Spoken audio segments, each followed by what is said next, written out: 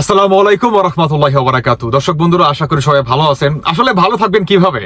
যাই হোক, আমি আপনাদের সময় বেশি নষ্ট করব না, আমি ডিরেক্ট পয়েন্টে চলে যাব। সেটি হচ্ছে, আমাদের বাংলাদেশের সেনা প্রধান মিস্টার ওয়াকার তিনি একটা ইঙ্গিত দিলেন যে বাংলাদেশে যে কোনো সময় একটা গৃহযুদ্ধ লেগে যেতে পারে।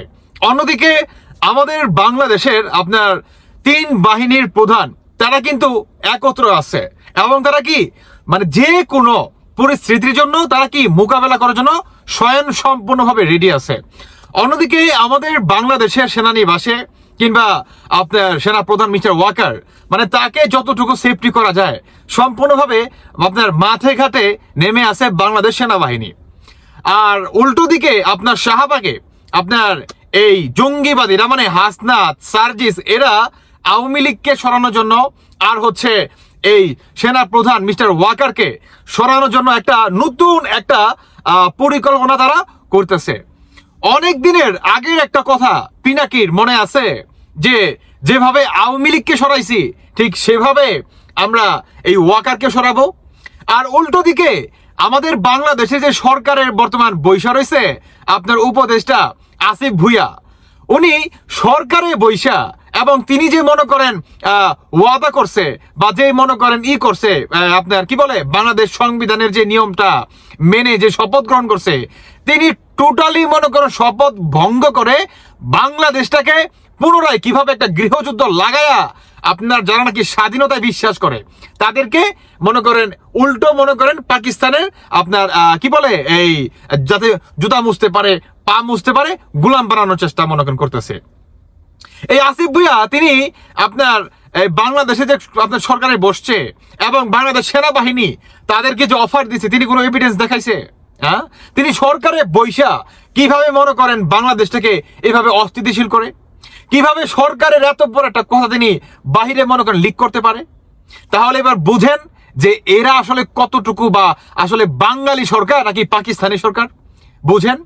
উল্টো দিকে আমাদের বাংলাদেশে বর্তমান এই পিনাকির কথা শুনে এই জঙ্গিবাদীদের কথা শুনে কিছু সংখ্যক মানুষ তারা বলতেছে আপনার ওয়াকার নাকি হাসনাত মানে সেনা প্রধান নাকি হাসনাত না, এই ধরনের মনে করেন মিছিল মনে করেন করতেছে বা এই ধরনের মনে করেন স্লোগান দিতেছে।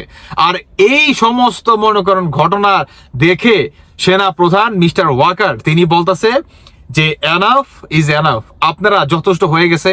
আমাদের যদি কোনো ভুল থেকে থাকে তাহলে আপনারা আমাদেরকে উপদেশ দেন, আমরা সেভাবে চলার চেষ্টা করব।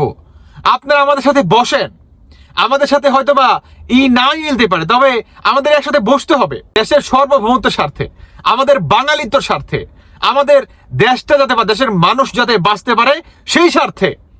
তো এখানে সেনা প্রধান মিস্টার ওয়াকারের দোষটা কোথায় ছিল? তিনি আরো বলেন যে আমাদের বাংলাদেশটাকে হাতে গোনা কিছু সংখ্যক মানুষ বহির্বিশ্বে থেকে একের পর এক এই ধরনের আমাদের বাংলাদেশটাকে কিভাবে অস্থিতিশীল করা যায়, বাংলাদেশটাকে কিভাবে আপনার আফগানিস্তান পাকিস্তানের ভাবে মনে রূপান্তরিত করা যায়, তারা প্রতিনিয়ত এই ধরনের পরিকল্পনা করতেছে।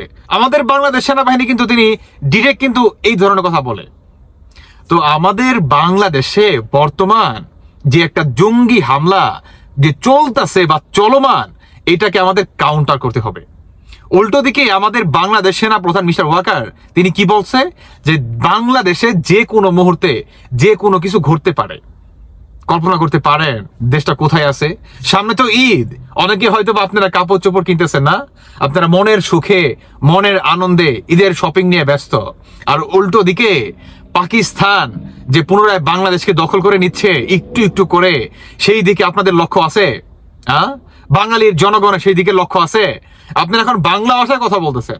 হ্যাঁ, বর্তমান আমাদের ঈদের বাজারে পাকিস্তানি ড্রেসের আপনার কি বলে মানে মেলা লেগে গেছে না?